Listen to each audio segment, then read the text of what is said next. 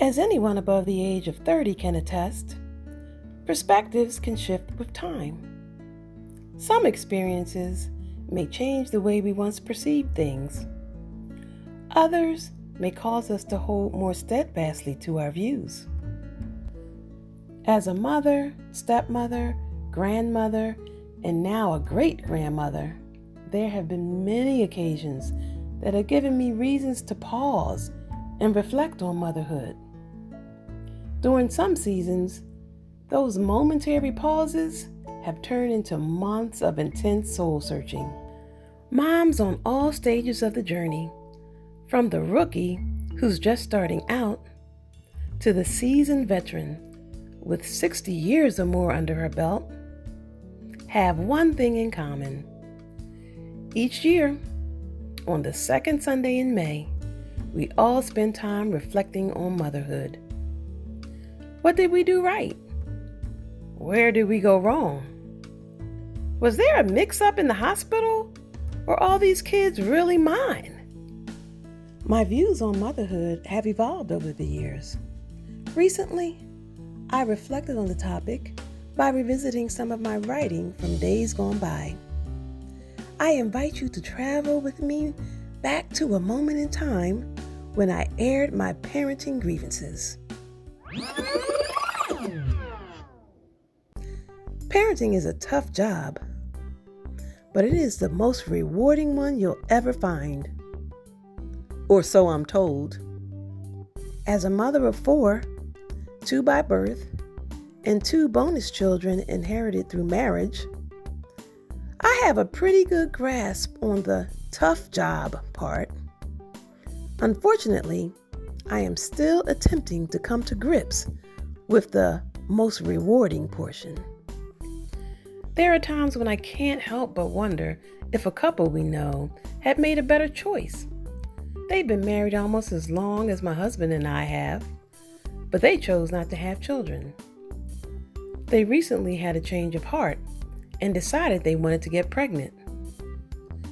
As hard as it is to admit, when they informed me of their plans, I stood there, 4 kids the wiser, searching for a word of encouragement to offer, but was hard-pressed to find one. On the contrary, 3 thoughts immediately came to mind. The first was, why would you do that to yourselves?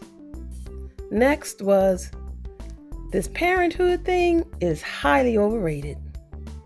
Followed by, once you have them, you're stuck. Thank God my mother had always taught me not to speak if I didn't have anything good to say. So I decidedly refrained from speaking. After a few minutes of searching my mental database for a positive affirming statement, I managed to come up with, well, you'll always have 2 babysitters with my girls around. Pitiful? Maybe. But it was the best I could do on such short notice. Let me be clear about one thing. I have uttered my share of inspiring words about parenting, but only to those who were parents already. Were my comments to them cliché or phony? Absolutely not. My heart went out to those poor souls who were on the brink of utter despair over their children. Those motivational words represented my best attempts to instill hope that there would be light at the end of the tunnel, to help them believe that a brighter day would come.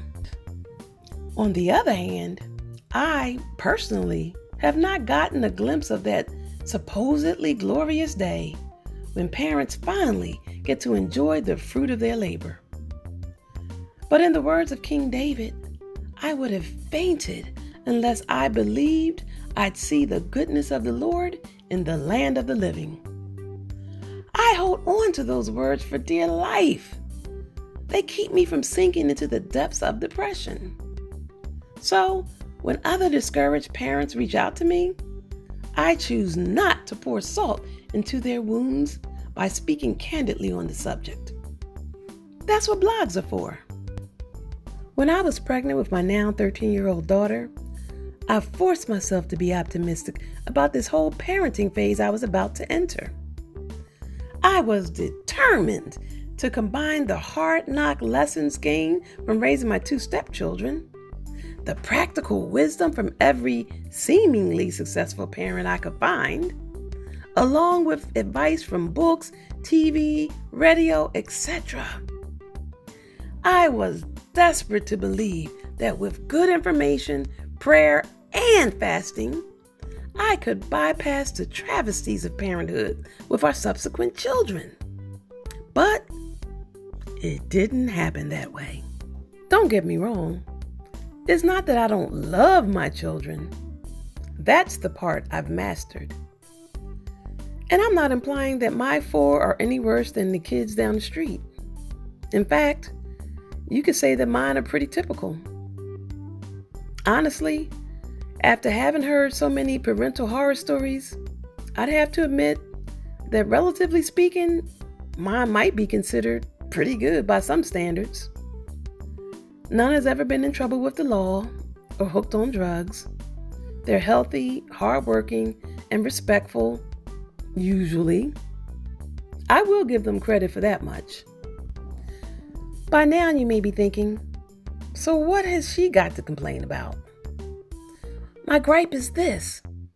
When I consider all that my husband and I have invested into our children's lives, money, time, energy, wisdom, self-sacrifice, kindness, patience, praise, encouragement, repeating ourselves hundreds of times, pouring out our hearts and souls, sleepless nights, unconditional love and acceptance, blood, sweat, tears, and did I say money?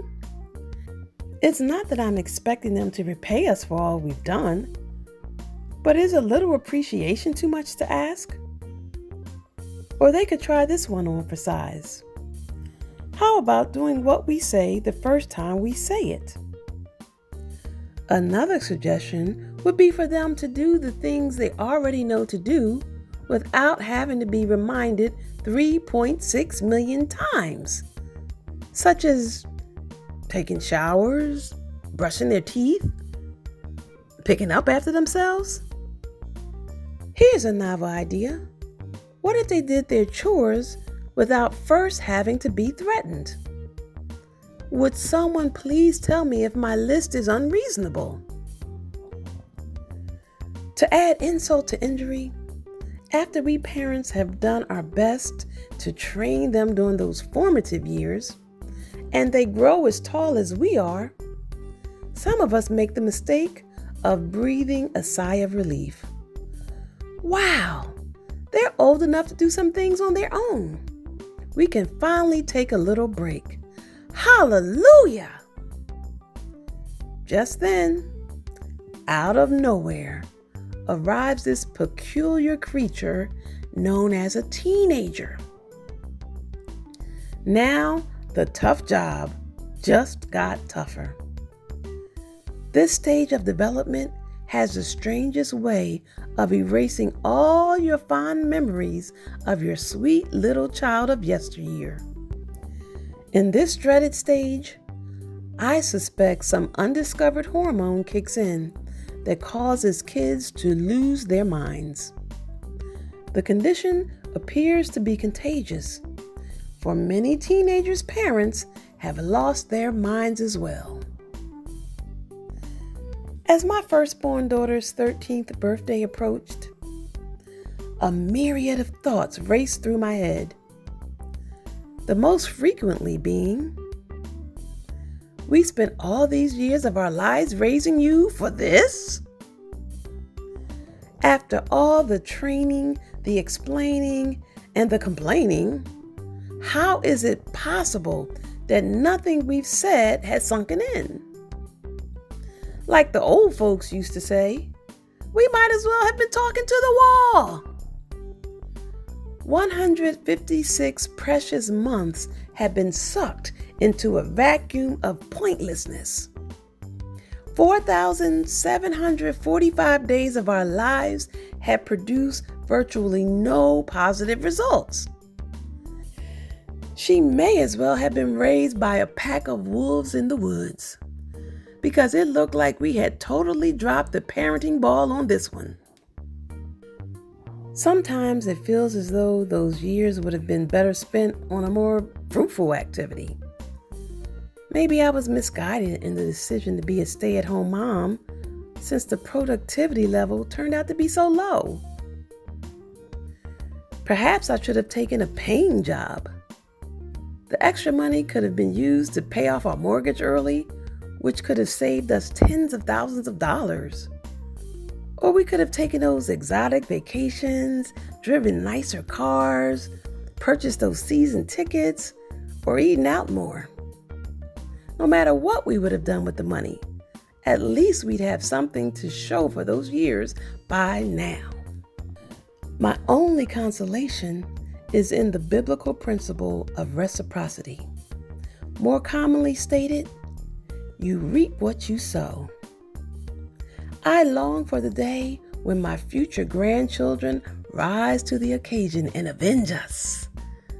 I can only imagine the pleasure awaiting us as we remind our children what they were like growing up and how they used to do the same exact things. Woo! I'm getting chill bumps just thinking about it. Paybacks! Perhaps that's the parent's reward I keep hearing about. Fast forward to the present. Wow, my perspective has certainly changed over the past decade. I'm happy to report that my children do take showers and brush their teeth without my prompting. And I managed to survive their teen years. Having said that, I now understand that while I was busy teaching the kids about themselves, they were also teaching me about myself. Moreover, the years my husband and I have spent praying and searching the scriptures for answers for our children have so often resulted in revelation for the two of us. And the part about waiting for my grandchildren to avenge me has played out in an entirely different way.